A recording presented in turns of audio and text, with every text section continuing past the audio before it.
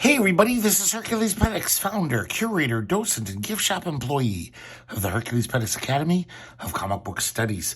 Today we're going to be looking at Brat Pack by Rick Veitch. This was a 4-issue miniseries, maybe 5 issues, in 1991. It was collected in this graphic novel in 1992. It's important because the graphic novel is very different. Rick Veitch wrote and drew a lot of new material for this, kind of changed the story, even changed the ending. I haven't read those first 5 issues or 4 issues. I bought them off the stands when they came out. And then when this graphic novel came out, I bought it because, it was supposed to be like the director's cut. So to be honest, I have no idea how different it is than the first miniseries. I forgot. I kind of want to read it now to see the differences and what he changed. But suffice to say, this is a savage, black comedy. Well, it's not even that funny. Just a ill-tempered look at superheroes. This is years before Garth Ennis started unleashing his hatred of superheroes onto the world with obviously the most important example is The Boys. But you see a lot of that in here. It's just, like the Watchmen kind of deconstructed superheroes, but they were still like kind of glorified. Like the Night Owl was kind of cool. He was a good guy. But in this comic, all the superheroes are utter pieces of shit. They're terrible, horrible people. And it's just decadent and nasty. It's great. It's everything you want in a superhero comic. Love this cover by Veitch. Just kind of sums it up. Just capturing the sleaziness of this. And just that you instantly know, like, okay, this isn't a normal superhero comic we're going to read. So let's crack this open. We got the title page. Nice little illustration there. And an introduction by Neil Gaiman. Some nice illustrations from Rick Veitch accompanying it. Another nice illustration. And now we start off. So we're introduced to the locale of the series, Slumberg, Rick Veitch's made-up city. It's not a good city. It's just like the name implies. And in these captions, we're listening to a radio DJ, kind of a shock jock. And someone calls him up. It's like a call-in show. And this guy says, I wanted to say something, Neil, something about the children. And the shock jock's kind of making fun of him. Is like, could you be more specific, weirdo? And he's like, could you give us some names? And he mentions all of the kid sidekicks in this city. So there's like 4 major superheroes in the city. They're kind of like the Justice League. They're called Black October, though. But they all have sidekicks. And the DJ starts just like razzing on them. Just like, those stupid twits. Screw those sidekicks. In fact, I'm going to open up the lines to all the listeners. And I want you to tell me what we should do with those sidekicks. How should we off them? Because they're terrible. And all these people call in. It just seems like the whole city hates these sidekicks. And they're calling in with just these nasty ideas about how they should be killed. And the interesting thing is this came out a few years after DC Comics did that publicity stunt where they asked the readers through a 1-900 number to vote if Robin would live or die in an upcoming story arc. And all the kids in America, well, maybe some of them weren't kids, they voted for Robin to be killed.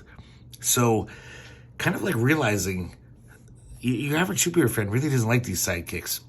They're, I don't know, I guess they were put in comics in the first place for child identification. Kids could identify with the sidekick, who's basically their age. But pretty soon, it just seemed like a really dorky thing. Definitely uncool, And so this comic reflects that. These people in Slumberg hate the sidekicks. They're just razzing on them, making fun of them, making all these crude jokes about them.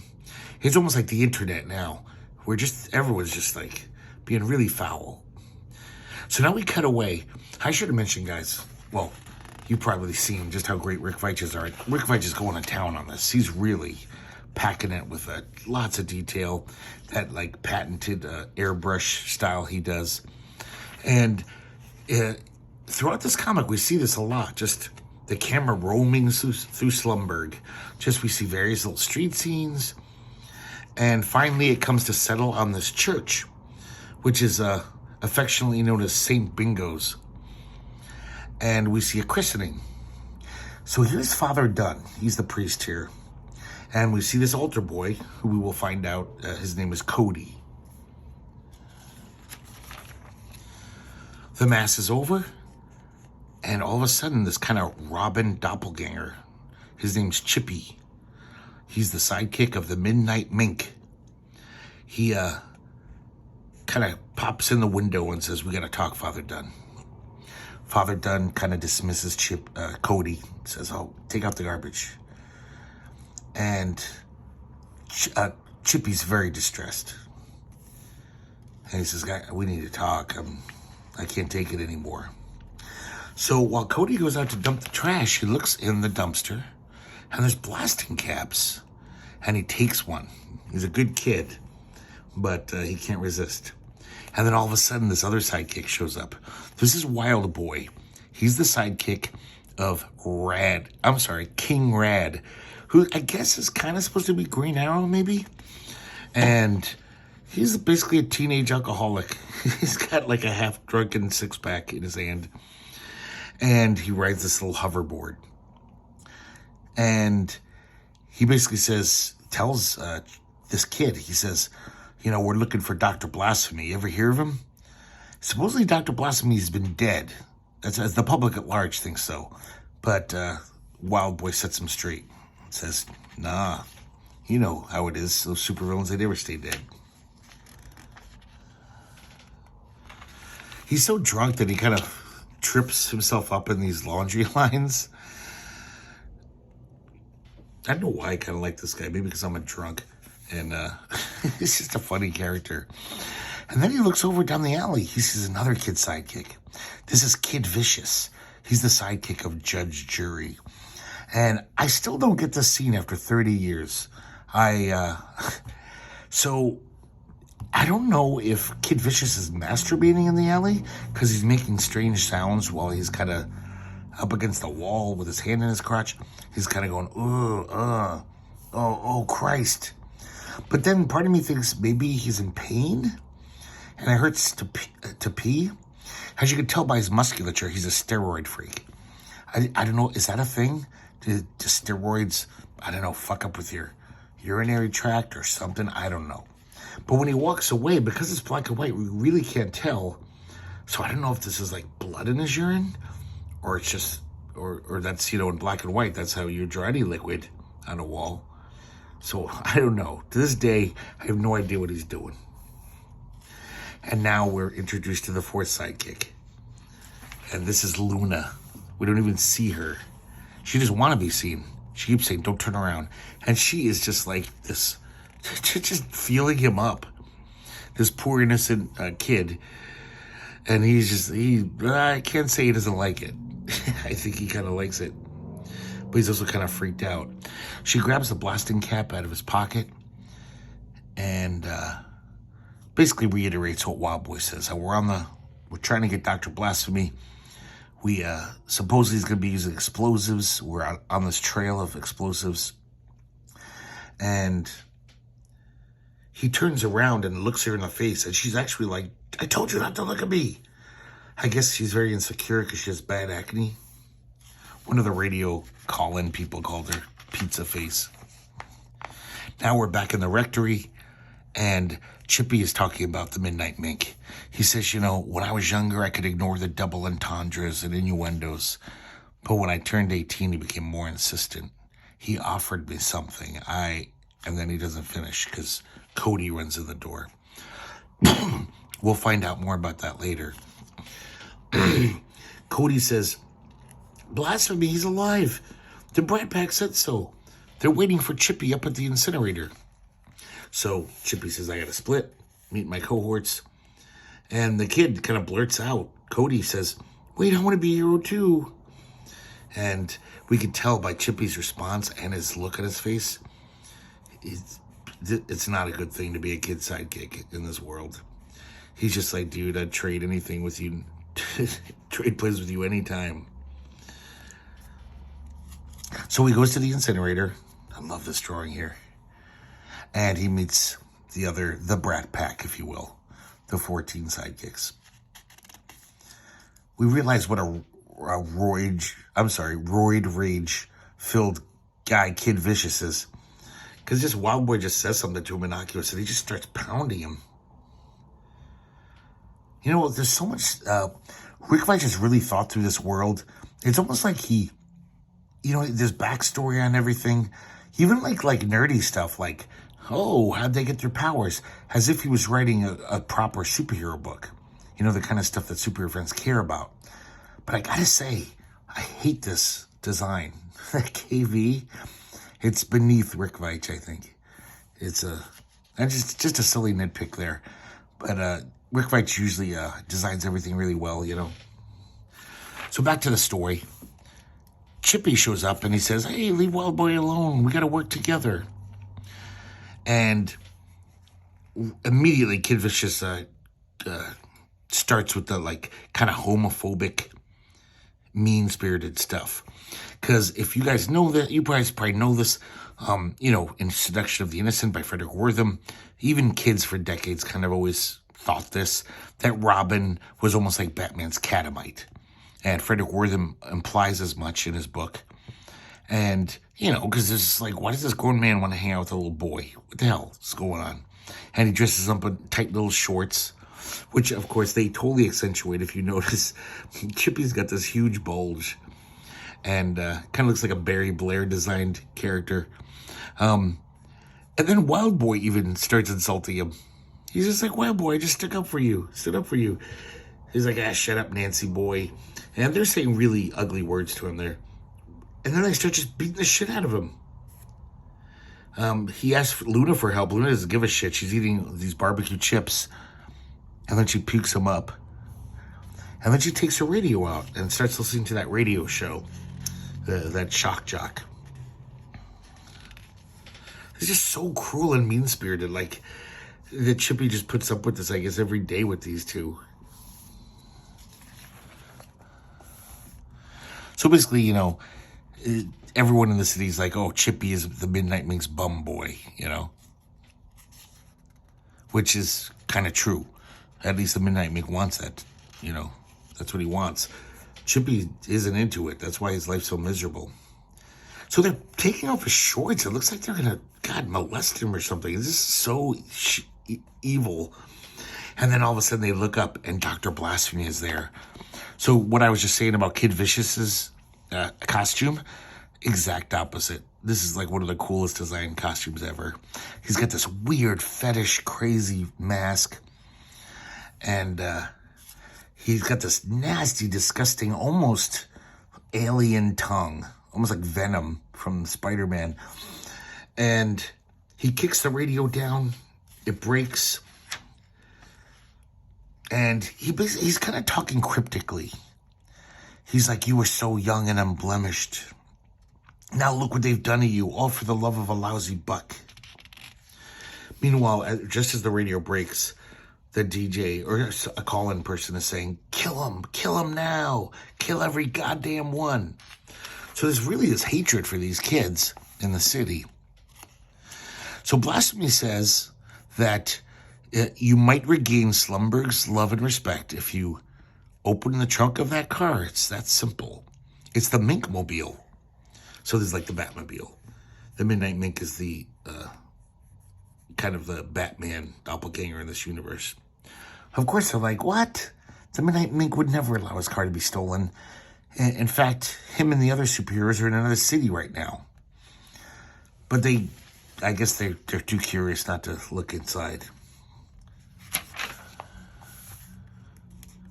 They throw Chippy in a garbage can, continue to haze him. And when they open the trunk, it's full of dynamite. We see a blasting cap. And God, really, I love this page. That's a really well-designed page. Just the way he draws them getting blown up, but just these lines, just really good.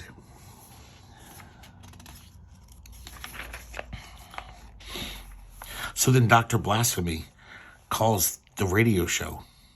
It turns out he was that guy at the beginning, the first guy who called and said, what about the children? And he says, yeah, this is me. I was the guy who called you earlier. And he says, I'm curious how the poll went. And he tells them, he says, yeah, everyone wants him dead. And he calmly says, well, that's good because I've just killed them. And the DJ starts getting nervous. He's like, what are you talking about? This was just a joke. He's like, no, I've just blown them into thousands of little pieces behind St. Bingo's church. That's what you wanted, isn't it? And, but then we do see something interesting here. We see one of the teen sidekicks isn't dead. He looks like a fucking zombie. He should be dead.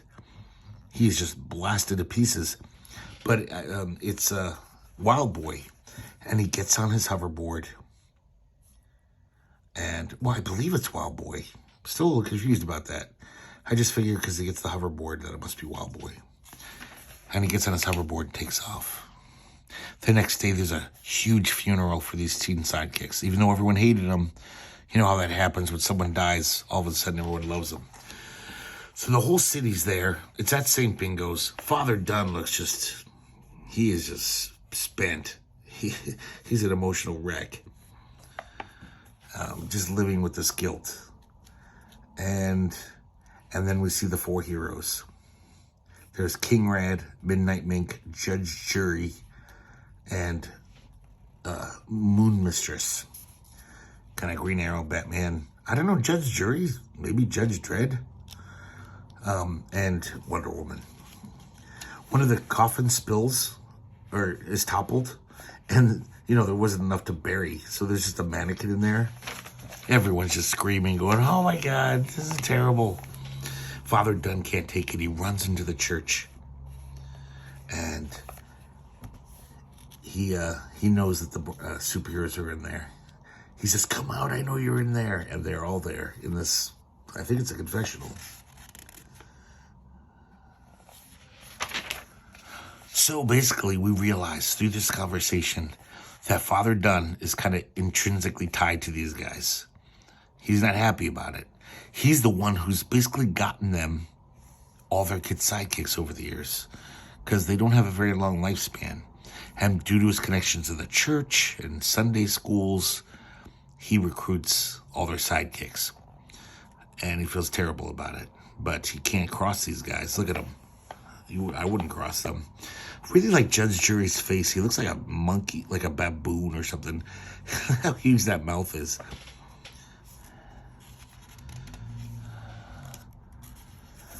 So he pours himself some Jim Beam. It seems like Father Dunn has developed an alcohol problem just to, deal with the day-to-day misery he lives in. So they basically say, yeah, we're going to need replacements. Meanwhile, up in the Belfry, Wild Boy's up there, banging his head against the bell. Nobody knows he's up there, though. Now we see the captions of the radio show the next day, and everyone's giving that DJ shit. He just thought it was a funny joke, but now that they've really died, people blame him. And he's pretty defensive. He's just like, it was just a joke, back off. Now we see King Rad. He goes to his deluxe apartment in the sky. He's very rich, incredibly filthy rich. He owns a giant corporation. And we meet Fredo. Fredo is not only his manservant like Alfred, but it seems like he runs his business for him. He seems very capable. King Rad has such a weird thing here going on where I think these are visors, but it almost looks like weird, badly drawn eyes. But I'm pretty sure they're like something he wears.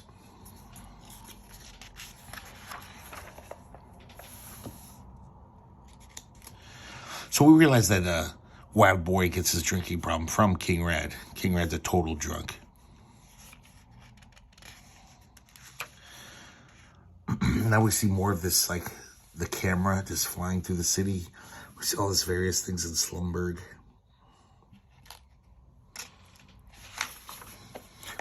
On the radio station, a different show, they're interviewing the Jimmy Olsen of this world. So what we found out, Rick Veitch gives us little hints here and there. So this takes place in the same universe that Max Immortal takes place in. That's another great Rick Veitch comic, part of the King Hell Heroica, as he calls it. That features a very Superman-like character named True Man. Now, in this world, True Man has taken off, probably to outer space. Nobody knows where True Man has been for years. And Jack Cricket is like True Man's Jimmy Olsen. So they're asking him about these Brat Pack murders. But True Man, by his absence, is very prominent in this book. It seems like he, when he was around, he changed the world. And now that he's gone, though, he's changed the world again. I guess it's been 9 years since True Man disappeared.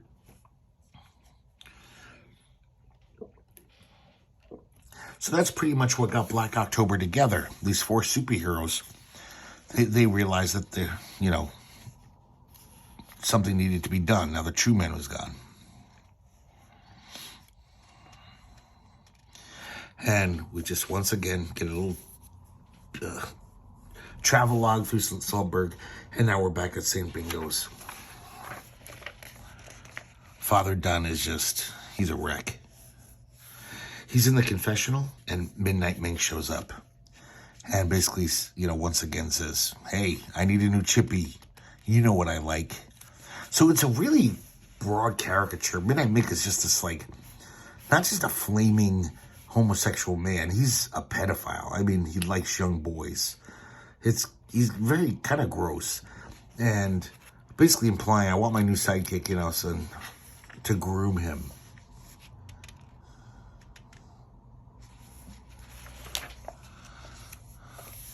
And meanwhile, I don't know if Chippy knows that Midnight Mink's in there, does it on purpose, but he confesses to Father Dunn, basically saying, oh, I want to be a superhero so bad. I've read all the Midnight Mink comics. So he idolizes Midnight Mink, and he really wants to be a sidekick. And, of course, Midnight Mink hears the whole thing, and he's basically twisting Father Dunn's arm, just saying, yeah, tell me Kimby. He's perfect. And Cody's thrilled. Meanwhile, we still see Wild Boy lurking, zombie Wild Boy, eating pigeons. So Cody goes home. So this begins an interesting storytelling thing. The next, 10 pages, all these teen sidekicks who we're all gonna meet soon. It's one half of a page. So it's 4 narratives, all running concurrently. So here we have Cody, the altar boy. He returns to his parents' home. They're hippies. He's actually turned them in. Because I guess in this world, it's not the same as ours. Well, maybe we're heading that way. But he's actually won 2 awards for turning in his parents for smoking pot. And they're kind of terrified of him. They're like, oh, just burning incense, Cody. Just trying to relive the old days. Nothing crazy here. And Cody's just like, yeah, whatever. Now we meet Shannon. Shannon is this rich girl. And she seems very happy, very well adjusted. And she's telling her mother that she has to go to this Catholic summer camp. But really, she's been contacted by Father Dunn. Now we meet Carlos, and he's the exact opposite. He lives in Slumberg's worst slum. And it's just his mother's a just mean drunk. His father is just AWOL. He's a full-on drunk who just lives in the alleys, And so I wanted to mention something, guys. So in the in another editorial in another comic about this, Rick Veitch thanks Steve Bissett for story input. Basically, Steve Bissett read it over and gave him some ideas. But I gotta say, that looks like such a Steve Bissett character. That hair, it's exactly how Steve Bissett draws teens. So I don't know if maybe he like helped him out here and there, drawing some stuff. So I don't know. Just something I wanted to mention. This kid totally looks Steve Bissett-like to me. And now we meet our last sidekick, Bo. He's also a rich kid. Not as happy as Shannon. His parents are just totally uninvolved in his life. His father, they're divorced. His father is this rich guy, never has time for him. His mother jet sets around the world with new boyfriends every month, it seems. And pretty much the closest person in his life is Lang, the maid. It's almost like she's his surrogate mom, sister, everything. So now we keep following these narratives. We see how scared the father is of Cody. He's just like, just drinking a beer, son. A nice legal beer. Shannon's got this like father who's a total, almost like her sugar daddy. She's spoiled rotten. Even though she's a good kid. But he just buys her anything she wants. We see Carlos goes to visit his dad. And his dad is drunk in an alley, just mumbling and incoherent. So he doesn't even try to talk to him. I really like this Carlos kid. And Bo is getting bad news about how, yeah, your dad can't see you. He's in a meeting. Maybe I'll call you in a week. Cody tries to impress some girl he has a crush on. Kind of blurts out that, I'm going to be one of Brat Pack replacements. Shannon breaks up with her boyfriend. And Carlos sneaks into a porn movie. He's got no one to talk to or whatever. He doesn't have any friends. And then Ling, she says, hey, I think you need a shoulder to cry on. You should accompany me to my place. And Bo's like, Gob. Cody writes a pen pal, kind of bragging about his luck. Shannon tells her girlfriends, and they're very jealous. Carlos gets beat up once again by the neighborhood toughs. I think this is a daily occurrence. He's not that strong, Carlos, but he's a loudmouth. So he's kind of brave, you know. These guys, huge guys, pick on him, and he basically, wises off to him. He can't help himself. And then Bo basically is, taken to Ling's place. And he's like, hey, I just want you to know I have protection. I put a condom on before he left my place. Obviously, he's kind of a virgin, doesn't know what's up. And she says, condom? I didn't ask you here to have sex with me. I thought you were going to kill yourself. You were acting so depressed. I wanted you to meet my family. They're very happy people. And maybe they'd cheer you up. So it's very embarrassing for Bo. He's just like, oh. Cody tears up the letter, never sends it.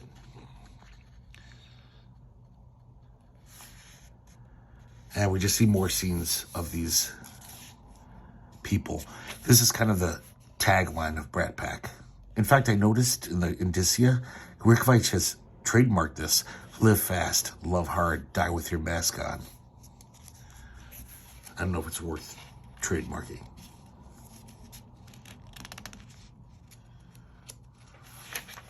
So all these kids are a little lost, They need direction, and, they're very happy that now they have this mission in life. We see Cody reading his old Midnight Mink comics. I like this kind of Silver Age, Golden Age, old-timey Midnight Mink art style, which, of course, Rick Veitch mastered in Supreme. I don't know why they show this, but Shannon's watching a TV show called Miss Unwed Teenage Mother. It's a pageant. And we realize Carlos is a brave little kid. I think because he has nothing to live for. He doesn't give a shit. And we see him riding a skateboard down a bridge, suspension bridge.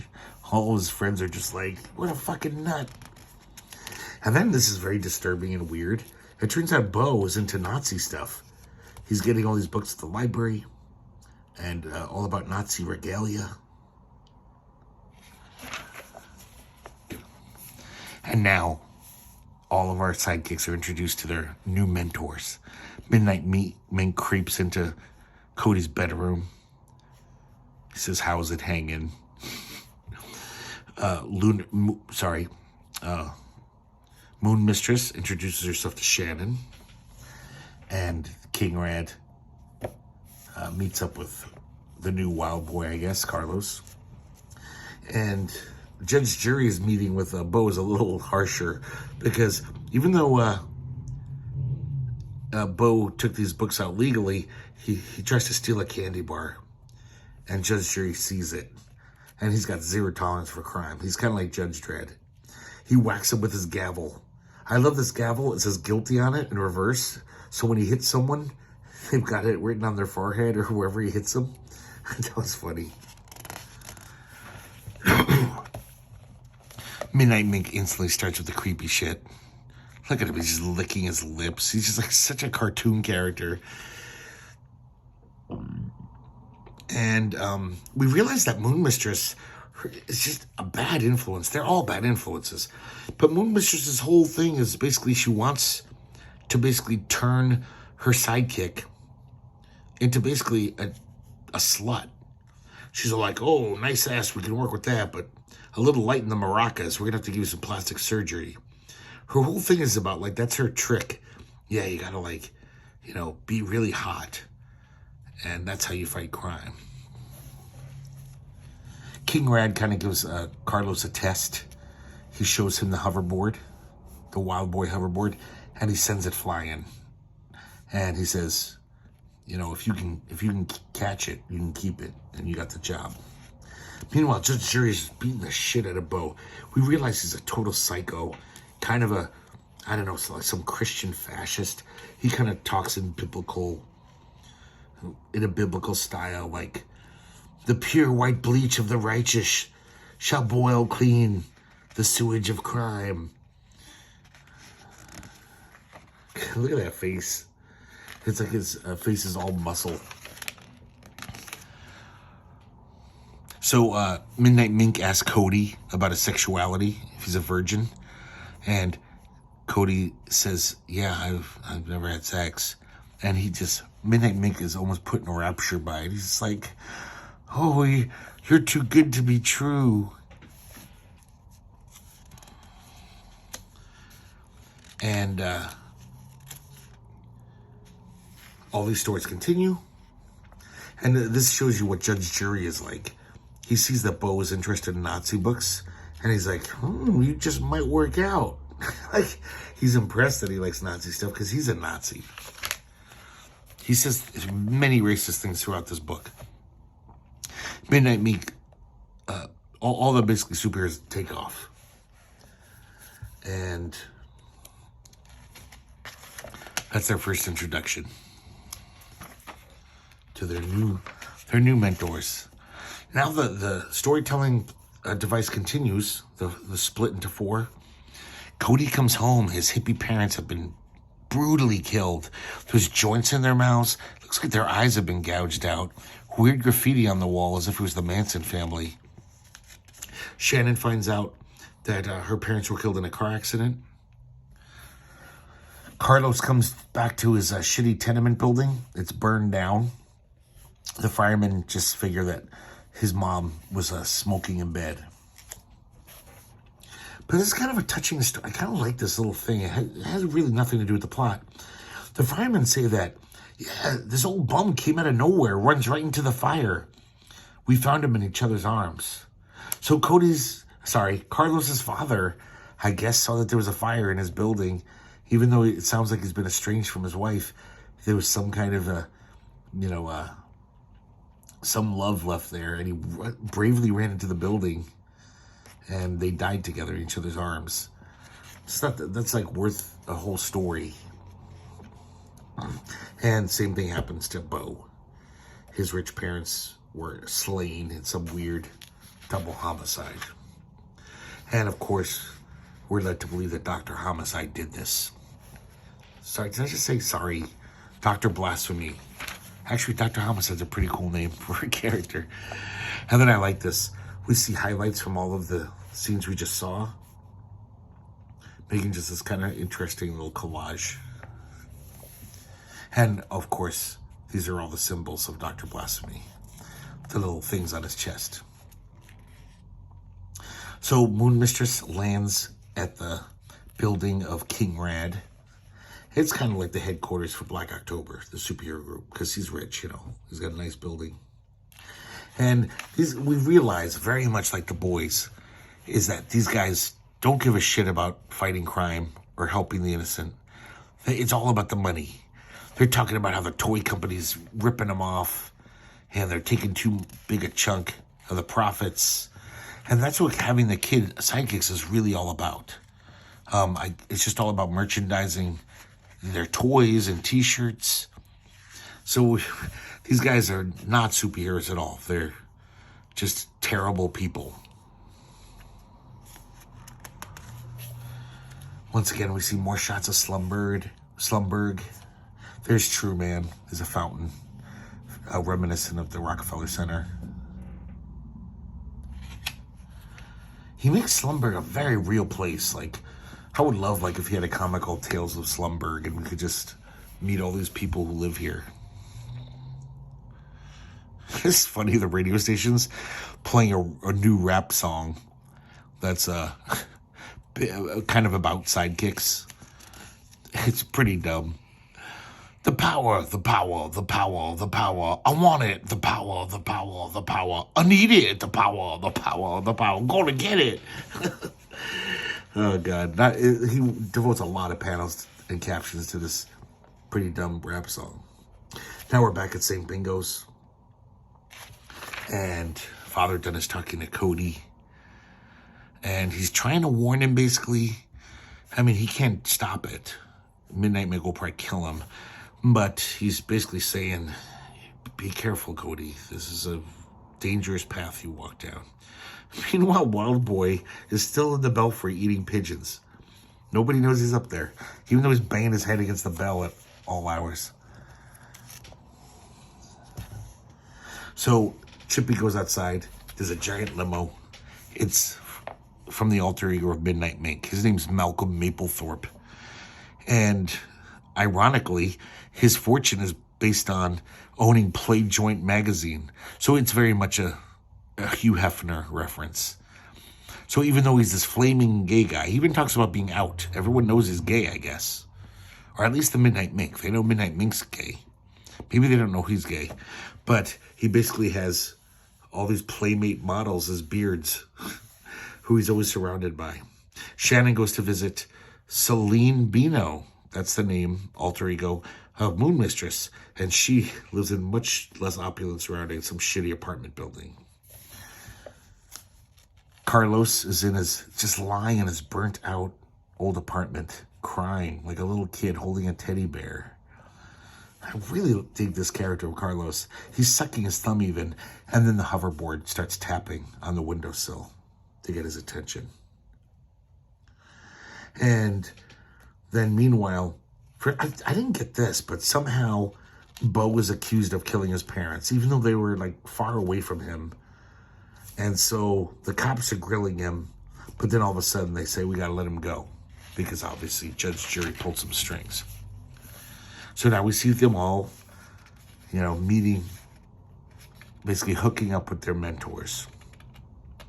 So basically this police officer, getting back to Bo's story, we realize it's obviously judge, jury just by his 7-inch lips.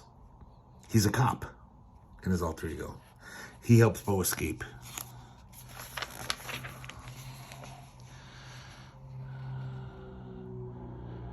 We see the Play Joint mansion.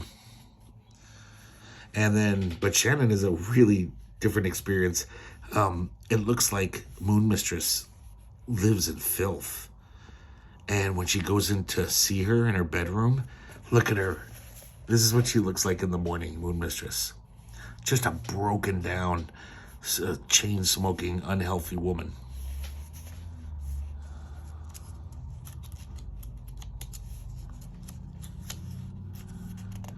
And Bo basically ends up with Judge Jury, and he is the least fun of it, of any of them, because Judge Jury's a sadist, and he basically is like a drill sergeant, just beating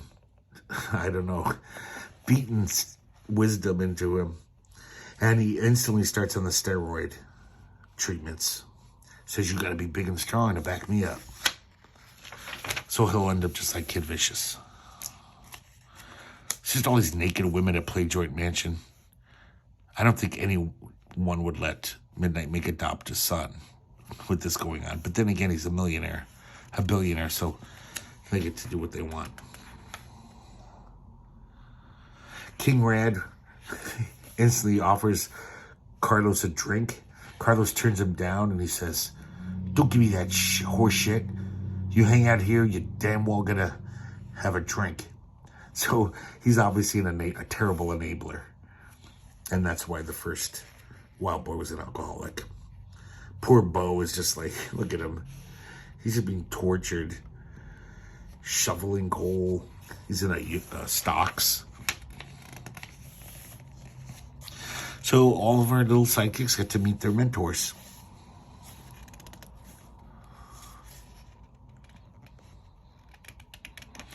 We see Moon Mistress's transformation, just using all these various, costume things that kind of hide her kind of decrepitude.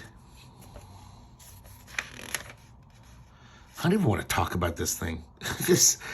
Apparently she's got little sacks at her belt, and some of them are filled with the testicles of men she's castrated. Like if she catches a rapist, she castrates them. But then she has one which are full of things called sweetmeat, which I think are like cured testicles, almost like jerky. And she's always chomping on them and offering them to people. And I'm just like, what the fuck is that all about? That's just so weird. It's like Rick Veitch just makes these characters so heinous. Oh, look at this. The 4-panel thing. Kind of interesting. All the superheroes are kind of saying some cool tough guy line.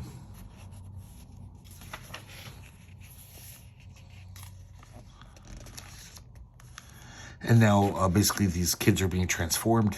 They're given their costumes. Bo has got to crawl on broken glass while Judge Jerry stands on his back to get his costume.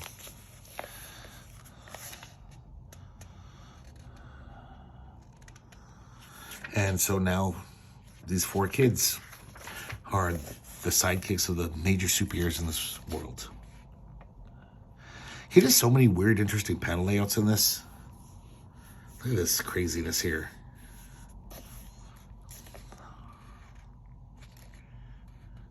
And now we see the superheroes, on the job. We see Judge Jury. He's got this flying cross. And, of course, he's ranting again. We realize what a racist, terrible, homophobic, everything. He's terrible all around.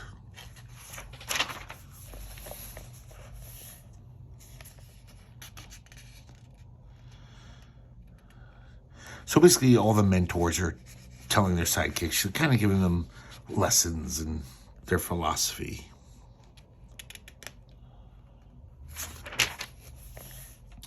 Another interesting panel layout. And then it goes to here.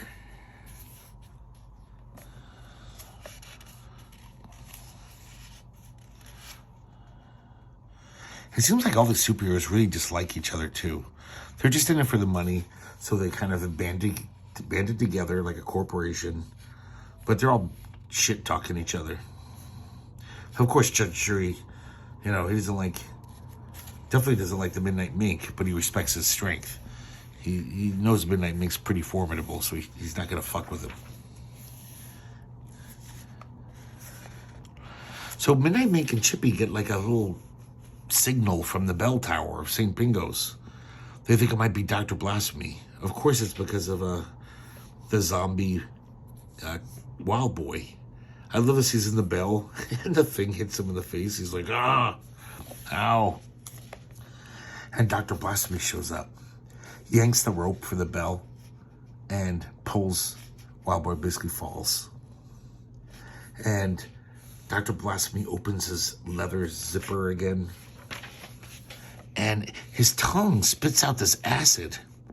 Look how big. His tongue is even more alien and big. Like nobody has a tongue like that. So this poor Wild Boy zombie falls out of the belfry. Even more fucked up, half of his face has been acided off.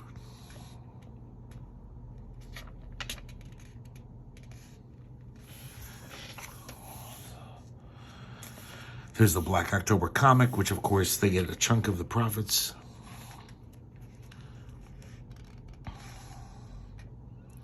I like this how in Black October, this issue, one of the kids writes a letter. Or maybe it's not a kid, but one of the readers writes in and basically is dissing the Brat Pack.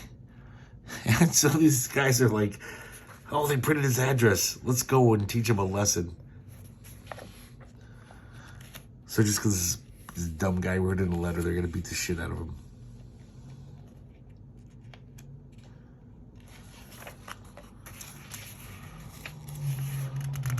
So Father Dunn is visited once again by Midnight Mink and Chippy. And he's pretty drunk, Father Dunn. So he's kind of has strong words for Midnight Mink. And finally, I guess he's built up the courage. Father Dunn pulls a Uzi out and he blasts Midnight Mink. Even though blood is draining out of him, apparently it has no effect on Midnight Mink. And Midnight Mink, with blood pouring out of his mouth, just kisses him and then walks away and basically says, come on, Chippy, let's go. So Midnight Mink reveals a secret. He basically is kind of immortal.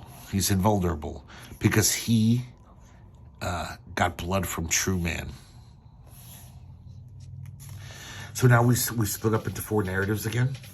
Luna, they're all being tested, basically. It's their trial by fire. They go to a sporting event. I guess there's been some hooliganism at this football stadium in the past. So basically, Moon Mistress just throws Luna into the lion's den. These guys are all being aggro and drunk and violent. And she tells Luna to go down there and see what she can do. Meanwhile, this guy has got hostages in the school. And King Rad basically says, okay, wild boy, show me what you can do. You got 10 seconds before I launch this missile and I kill everyone. If you can save the kid, you know, in 10 seconds, you pass. This is really weird. Judge Jury goes to this, like, garbage dump where all these immigrant laborers are just, like, picking through it to get metals and things that they can sell. I'll skip ahead to that story. Judge Jury pulls a gold bar out, throws it into the junkyard, and then tells Bo, he says, you're not going to let them take my gold, are you? And of course he says really mean-spirited, shitty things about these immigrants. Back to the other guys. I guess the stories just kind of continue. The football hooligans are getting violent. Wild Boy heads out to try to rescue this kid.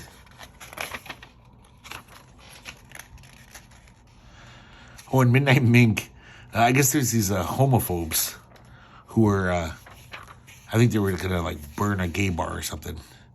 So Midnight Mink sends Chippy all by himself to see what he can do. At the football stadium, Luna basically tries to use her feminine wiles to distract them. Because that's what Moon Mistress told her to do. And then all the guys just grab her. And it looks like they're going to gang rape her. King Rad. I'm sorry, Wild Boy. This kid is pretty fucking kick-ass. He's just learned how to use the board, but he's totally swooping in there. He stops a bunch of these terrorists.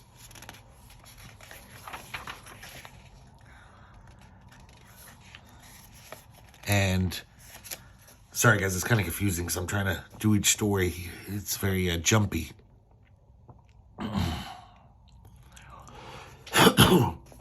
So it looks like these guys are going to attack Chippy, but Midnight Mink intervenes. It looks like he has this flame dildo. He torches one of the guys with it.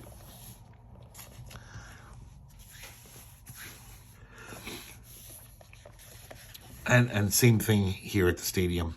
Moon Mistress finally jumps in, and she just like uses her sword and just like hamstrings this guy, and then she puts it in his pants. We see King Rad, God, I'm sorry I keep calling him that. We see Wild Boy succeed. He's, in the nick of time, he grabs the kid, the hostage, and he yanks him out of the building just as the missile is coming in.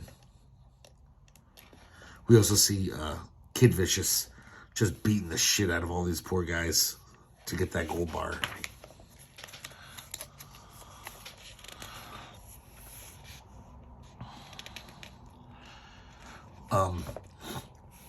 Moon Mistress castrates this guy at the stadium. And look at this horrifying thing. So, Wild Boy's like, yeah, I succeeded. I've got the kid. And the kid is saying, you saved me. You saved me. You're a hero. And the kid doesn't even know he's dead. Look. He's in shock. Half of his body is gone. So he didn't really escape the explosion. Embo succeeds in finding the gold brick. Excuse me, guys. Sorry about that.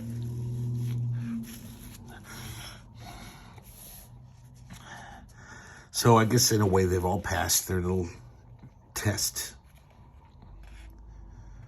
Oh, this is horrible, though. Bo looks down, and he sees Ling.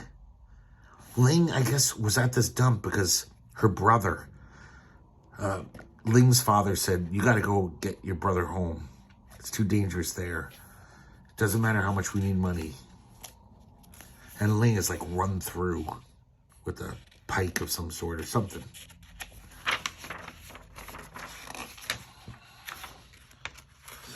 There we go.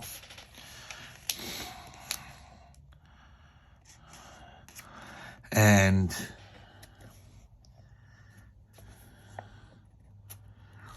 Judge Jury is shocked that he's friends with this Asian person. He uses a much worse word than that. And meanwhile now, all the superheroes are telling their stories to their sidekicks about their relationship with True Man. Midnight Mink, he got to meet him, and it was love at first sight. Same thing with Moon Mistress. She was a wild girl, a party girl.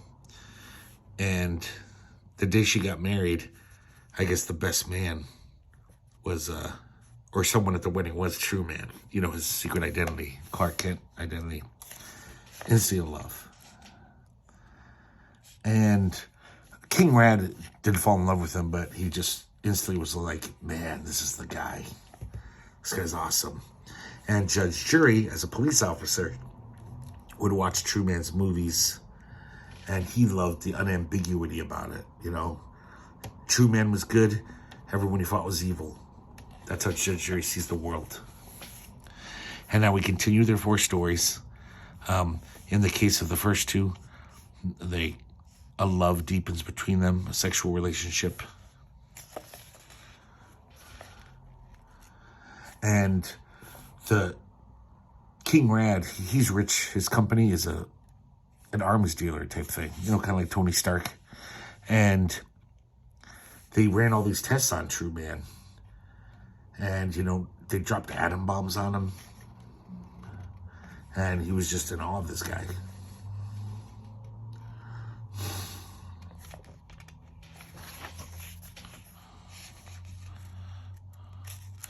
So Midnight Mink and True Man became the world's finest couple and fighting crime together.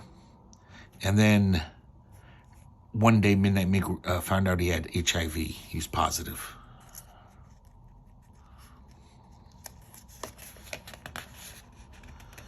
And then we see Moon Mistress, apparently True Man, seemed to be distant, becoming more distant, and he left her. Here's another interesting thing. All the 1/4 of their face.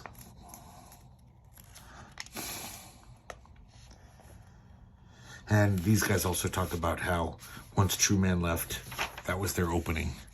They realized, I've got to step up and be a superhero myself.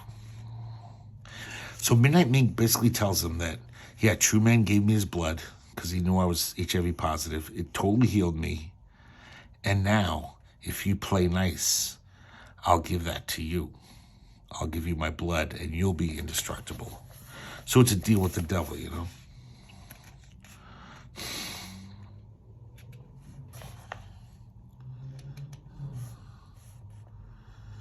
This is pretty harsh. Back to the junkyard.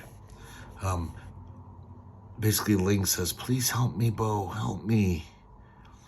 And Judge Jury kind of convinces him to just, no, you can't anymore. You can't have friends like that. You're Kid Vicious now. And he just lets her sink under the water and die. And we just see her say, Bo? It's so fucking heartbreaking. Some more of these weird panels. I don't know if I like them. I think I don't. Some of them are okay, but it's just kind of weird. So I guess Chippy gets the blood, which implies that he let the Midnight Mink have his way. And that night, after he's kind of happily looking out into the slumber night sky and thinking, you know, oh, this is great. And then he's visited by, you know what, guys, I'm so sorry. I'm such an idiot. I think this is the first Chippy. It's not. I mean, I guess he just grabbed the hoverboard because it was there. And he finally just dissolves. He should have died in the explosion. Somehow he's been animated. And he finally just dissolves into almost a puddle. So great. Veitch is so good at drawing gore. And he hands him the old Chippy mask.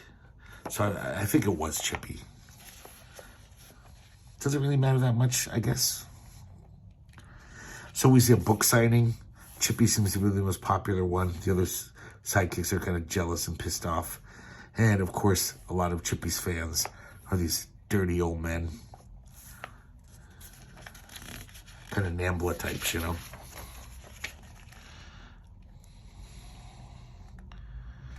And then all of a sudden, the guy, the homophobe that Chippy fought the day before, the one they let live, he comes up with a crowbar and rams it through Chippy's chest.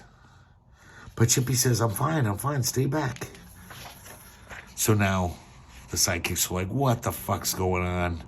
You've been holding out on us. And he just walks away. Really nice page here. Love the cityscape stuff. Beautifully drawn. So I guess through the radio announcer, we all these freakish weather storms are happening all over the world, like really freakish, like, you know, like snow in the Gobi Desert in summertime. It's just nobody knows what's going on. Everyone's getting a little panicked. And back at St. Bingo's church, Father Dunn's gonna hang himself from the belfry, from the bell. It's a great, well-drawn panel there. And Chippy comes up.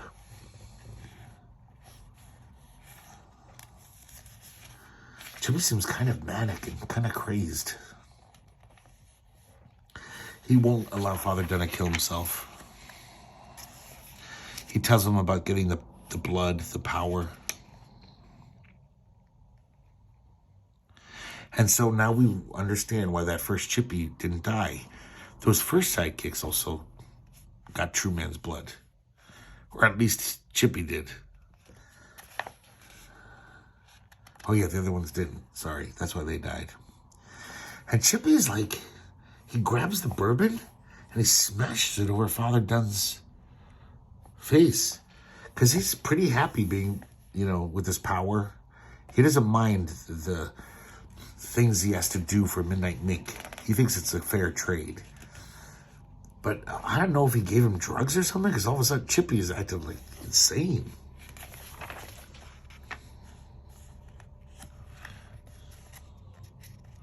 So almost like a mirror of the first sidekicks.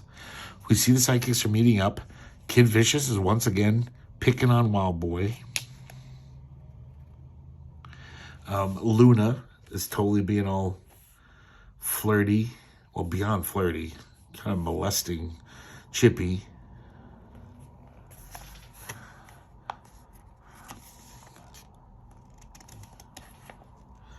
But then they start picking on Chippy. God, Kid Vicious breaks his hand and then breaks his arm. It's just nasty, gnarly stuff. They're basically like, we want the secret. You know, we want whatever you got to make us indestructible. Even Luna's joining in, kicking the shit out of him. Meanwhile, we see Dr. Blasphemy. He's obviously somewhere around here. He's got a little Radio Shack controller.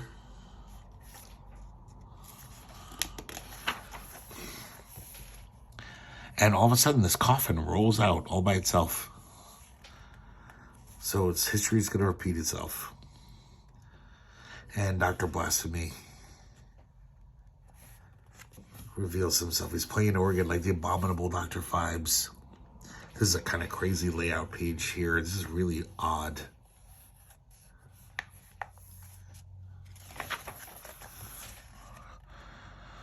So, of course, the sidekicks are just, like, shocked. And it's almost like Dr. Blasphemy's trying to tell them the truth.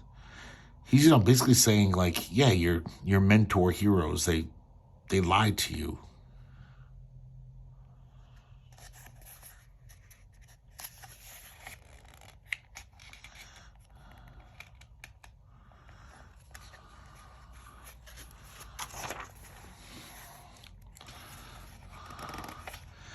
And now Chippy, he realizes it's probably a bomb in there. And he deactivates it. And they open the lid, and it is all this dynamite.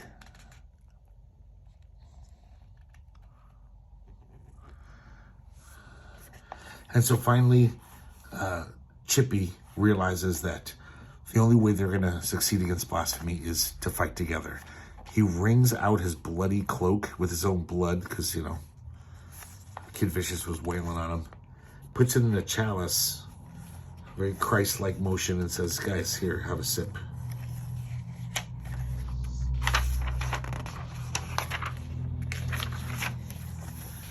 Man, look at this beautifully drawn shit. And then right then, through the stained glass, a missile, one of King Rad's missiles, comes flying in, hits the coffin, and the whole church explodes. Probably killing all the kids, but once again, they're drinking Chippy's blood, so they're fucked up, though. They even realize, they say, yeah, even if they got that true man blood, they're not going to survive that. Some really bravura art in here from Veitch. He's really going to town. Yeah, this is a great page. So they go into the church of the four superheroes. And now we see Father Dunn. And his face is bleeding. He opens up Dr. Blasphemy's handbag. And he sees the mask in there.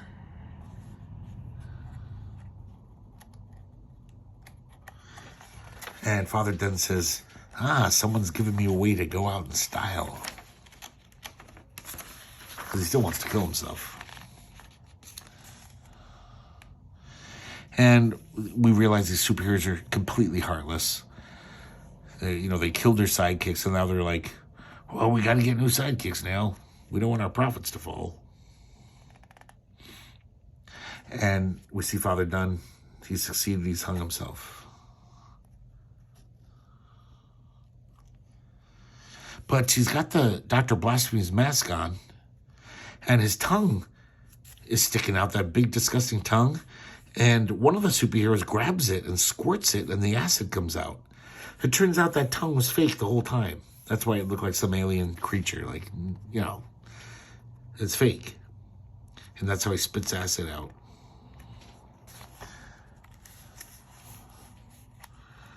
So it's almost like a Tales from the Crypt comic now. It's like a Graham Ingalls comic. The superheroes are looking out the window. Even they're a little worried by the lightning, the crazy electrical storms. And all of a sudden, from down from the church, the sidekicks come up like zombies.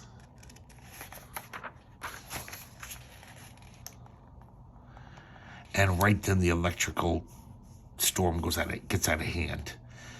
The air is so charged that like Moon Mistress's costume is coming off, her wig is flying off, and true man's come home, says one of them, and he is the storm. And they're all just like, oh my God, it's him, it's him.